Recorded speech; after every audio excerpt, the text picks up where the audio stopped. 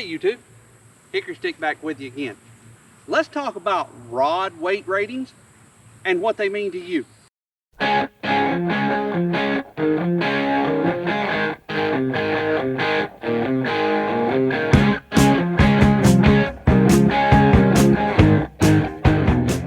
Now, rod companies use different kinds of ratings on their rods. You'll see companies use terms like medium, medium heavy, fast, extra fast, lure weight ratings such as 1/4 ounce to 3/4 ounce, line weight ratings, 12 to 15 pound. Well, all of that can be a little confusing when you're looking at a rod. So I'm going to give you a quick rundown of the different ratings that they put on rods and what each one of those means in relation to how the rod functions. We'll start off with the power rating of rods. You'll see power ratings such as ultralight, light, medium light, medium, medium heavy, heavy, extra heavy, and extra, extra heavy. What the power rating on a rod means is basically how much strength is in the backbone or the center section of the shaft of that rod. The heavier the rod, the stronger or less give that center section is going to have. So if you're fishing with an ultralight rod, then that rod is going to have a whole lot of flex. You're going to get a lot of flex out of it, and it's going to give you a lot less power to pull fish out of structure or to pull heavy fish out of the water very easily. The lighter your rod, the longer you're going to have to fight a larger fish in order to get that fish out of the water. Because if your rod is a lighter weight rating or a lighter power rating, then you can't put as much strength behind your hook sets. You can't put as much strength behind your physical fighting of the fish because you stand the risk of breaking that rod. The next thing we want to talk about though is your action, the rod action. And when they talk about rod action, it's often talked about in terms of taper. What the taper means, the taper rating of your rod, you'll see things like medium, medium fast, fast, extra fast. What those ratings mean is how quickly the tip of your rod, which is the most flexible section of your rod, how quickly does that tip stop flexing and get into the backbone of the rod. So how far does the flex of the rod travel down the rod shaft? The faster the tip, the less length of the shaft that the rod will flex on. For instance, this is a medium heavy rod, medium fast action, or medium fast taper. This is a crankbait rod. So if I take this rod and I hold this rod and I bend it with the hook, look how far that rod will bend easily. And look how much of the backbone of that rod or the spine of that rod will flex. Because this rod is a medium fast. So therefore more of the flex will be transmitted down the rod. The flex of the tip will transmit further down the rod than say a fast action. If we look at this rod, however, this rod is a fast action tip on it. This is a medium light rod, whereas that rod was a medium heavy power. This is a medium light power. So it's a lighter power, but it has a faster tip. If I take this rod and I flex this rod, see how little of the tip actually flexes? That's about as far down as I can pull that rod. And the tip is much stiffer. So it gives you a stiffer action to the tip of your rod. This is an even faster tip. This is a medium heavy, extra fast action rod. See the difference in that? This rod has very heavy backbone, so very heavy power. It has an extra fast tip.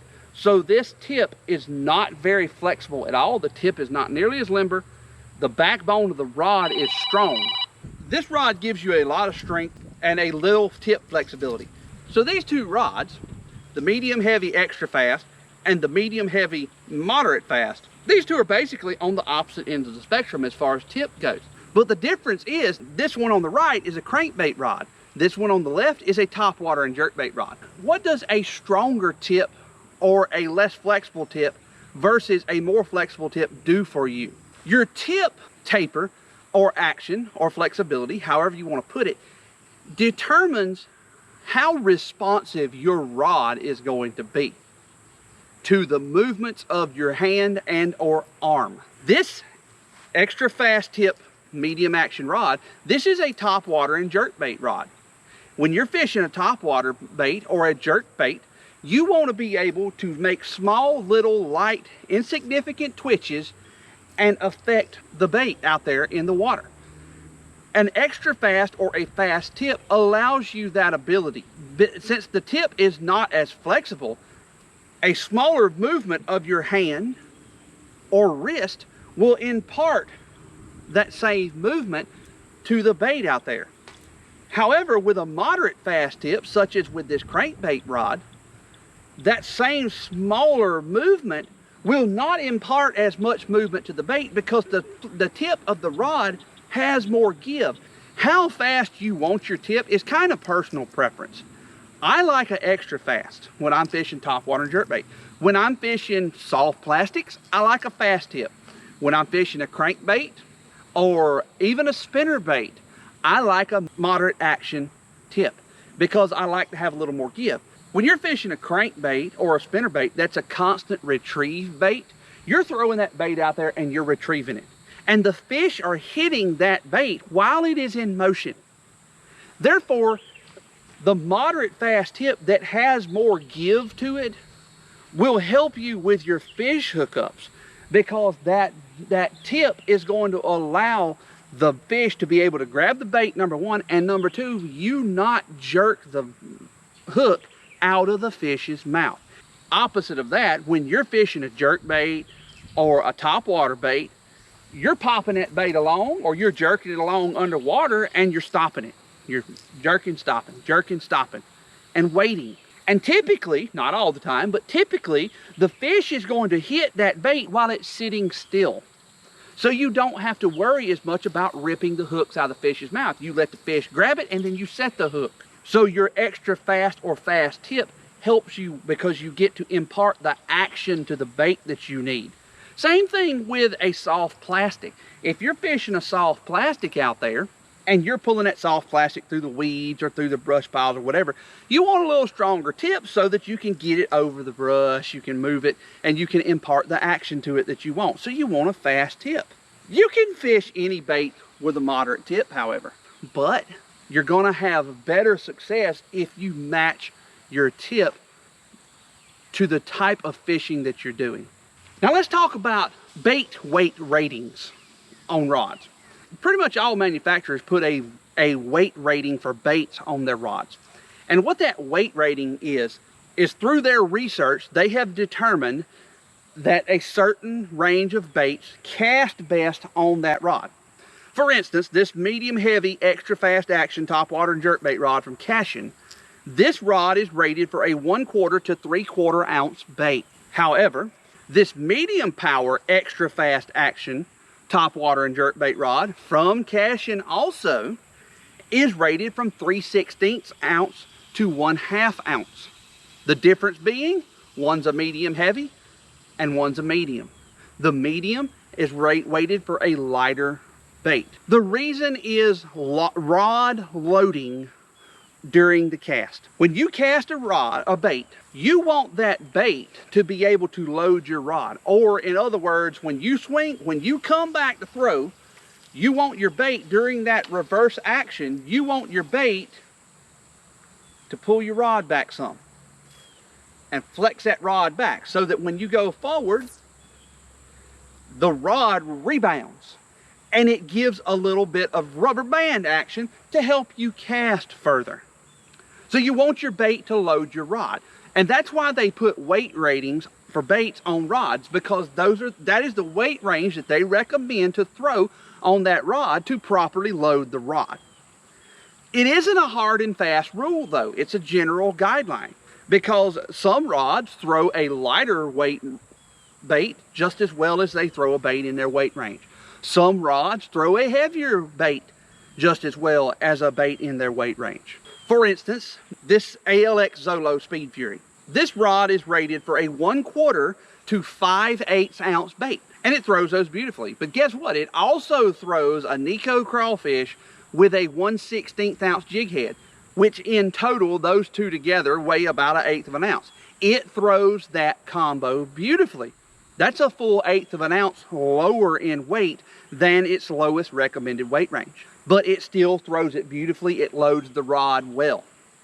So it's not a hard and fast rule on your weight rating. Same thing on as far as not always throwing it within the weight range well. This medium power, extra fast action Cashion topwater jerkbait rod. This rod is rated for a 3/16 to a 1/2 ounce bait. It doesn't throw a 1/2 ounce bait very well, but you know what? It throws a 3/8 ounce bait absolutely perfectly.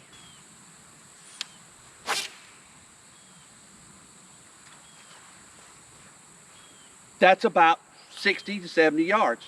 Throws it gorgeous, 3/8 ounce. A 1/2 ounce bait, it won't throw that far because it overloads the rod. It gives it too much flex and the rod doesn't rebound because the weight of the bait overcomes the rebounding or the rubber band ability of the rod. Now the last thing we need to talk about on these is line weight rating. A lot of manufacturers, not all, but a lot of manufacturers put a line weight rating on here. For instance, Cashion puts a weight rating on this rod, 8 to 14 pounds. What that line weight rating is the line weight that the manufacturer has determined that that rod can handle as far as break strength of the line and reliably handle it without detriment to the rod. If I was to take this rod and put 65-pound test on it and crank the drag down on my reel all the way so it's just locked up, and I throw out there and I get caught on a limb and I think it's a fish and I set the hook on that limb, well, that 65-pound test line, it's not going to give. This reel drag, it's winched down. Something's got to give. Guess what? It's the rod. The rod's going to give. If it's a well-built rod, probably won't break the first time. Probably won't break the second time. But it's going to be detrimental to the lifespan of your rod. I'll be the first to admit, I don't run an 8 to 14-pound test line. I don't like that. It's too light. I do run a 12-pound leader, but I run a 20-pound braid. I can get away with that, and you can too, because I have my drag set on my reel. My drag is set such on my reel, if I was to lock up on something really hard, the drag is going to give so that the rod doesn't have to give.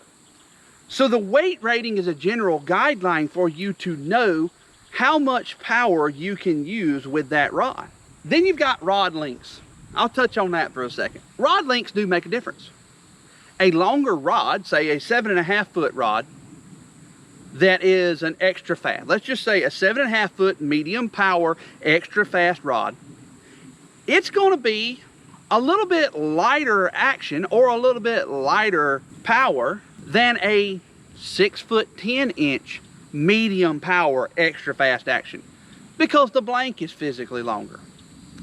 So the difference in the length makes a difference in the way the rod is going to perform with the same specs. So when you're looking at rods and you're picking out a rod, you want to, number one, think about what you're going to be using that rod for. What type of baits am I going to fish this rod with? And is it going to be poppers? Is it going to be some sort of moving bait? Is it going to be some sort of constantly moving bait?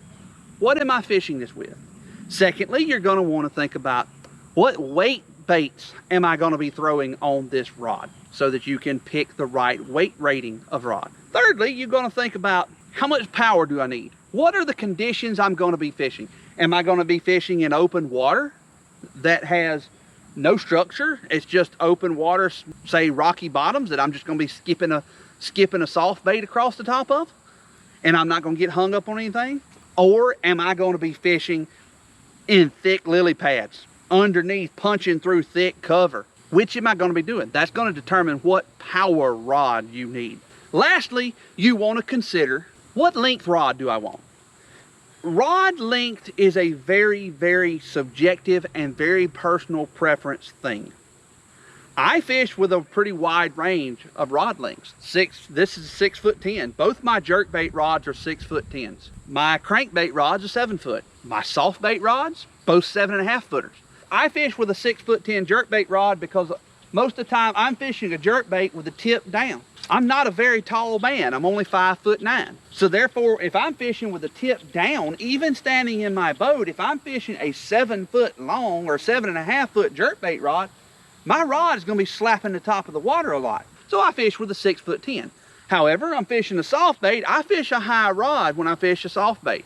So therefore, I can afford to use a longer rod, which helps me to cast further with a softer, lighter bait.